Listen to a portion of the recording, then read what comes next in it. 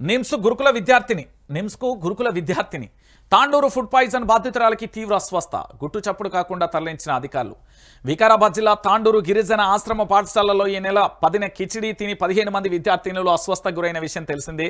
కాగా హాస్టల్లో ఉంచి చికిత్స అందిస్తున్నారు. తీవ్ర కడుపు నొప్పి వాంతులతో బాధపడుతున్న 8వ తరగతి విద్యార్థిని లీలావతి ఆరోగ్య పరిస్థితి జటిలంగా మారడంతో శుక్రవారం గుట్టు చప్పుడు కాకుండా బాలికను హైదరాబాద్లోని నిమ్స్కు తరలించినట్లుగా తెలుస్తుంది. ఘటనకు జిల్లా ఉన్నతాధికారుల నిర్లక్ష్యమే కారణమని విద్యార్థులు మండిపడుతున్నారు. రాష్ట్ర ముఖ్యమంత్రి యనుమల రేవంత్ రెడ్డి గారు, విద్యాశాఖ మంత్రి యనుమల రేవంత్ రెడ్డి గారు I'm really very sorry to say, ఎందుకంటే మన ఇంట్లో పిల్లలు ఉంటారు, మన మంత్రులు ఉన్నారు, వాళ్ళ ఇంట్లోకి పిల్లలు ఉంటారు, ఎమ్మెల్యేలు ఉన్నారు, వాళ్ళకు పిల్లలు ఉంటారు, ఎమ్మెల్సీలు ఉన్నారు, వాళ్ళకు పిల్లలు ఉంటారు, ప్రభుత్వ అధికారులు ఉన్నారు, వాళ్ళకు పిల్లలు ఉంటారు. కానీ ఈరోజు మీరు చేస్తున్న ఈ నీచమైన పరిపాలన అనాలా, లేకపోతే అడ్మినిస్ట్రేషన్ రావట్లేదు అనాలా, లేకపోతే మీకు శాఖల మీద గ్రిప్ రాలేదు అనలేదా, లేకపోతే మీరంటే అధికారులకు భయం లేదు అనాలా, లేకపోతే మీరంటే చులకనగా చూస్తున్నారని అనాలా, ఏమనాలో నాకైతే అర్థం కావట్లేదు. తెలంగాణ ప్రాంత బిడ్డలు మాత్రం మిమ్మల్ని అడుగుతున్నారు.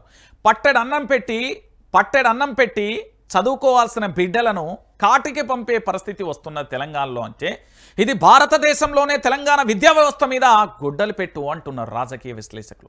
నేనేమంటున్నానంటే ముఖ్యమంత్రి గారు ఇప్పటికైనా రివ్యూలు చేయర్రి, సమీక్షా సమావేశాలు చేయర్రి, మంత్రులను తోలుకొని బోర్రి, ముఖ్యమంత్రిగా మీరు కూడా బోర్రి, బస చేయర్రి, వాస్తవాలు ఏందో తెలుసుకోర్రి, ఆడ బువ్వకేమన్నా కాస్టు తక్కువ పడితే డబ్బులు పెంచుర్రి, లేకపోతే పిల్లల్ని ఇంటికి పంపిర్రి, వాళ్ళ తల్లిదండ్రులన్న వాళ్ళు సాదుకుంటారు. 9 నెలల పాటు నవమాసాలు మోసి బిడ్డను కానీ వాళ్ళు రేపు పొద్దుగాల మేము వృద్ధాప్యంలోకి వచ్చిన తర్వాత మన ఆలనా పాలన చూసుకుంటారంటే వీళ్ళ కళ్ళ ముంగటే వాళ్ళు కాచిపోతే వీళ్ళు ఎట్లా బతకాలి?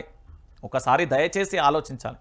నేను హంబుల్ రిక్వెస్ట్గా చెప్తున్నా, నేటి బాలలే రేపటి భావి భారత పౌరులు అని భారత రాజ్యాంగంలో మైకులు పెడితే ఊపదంపుడు ఉపన్యాసాలు ఇస్తుడుగా సార్. మీరు అంటున్నారు కదా నా ఫాలోవర్స్, మీరు వీళ్ళందరికీ మంచిగా బువ్వ పెట్టు, నేనే నీ ఫాలోవర్స్ అవుతా. సరే, మీకు ఒక గిఫ్ట్ ఇస్తా, బంపర్ ఆఫర్.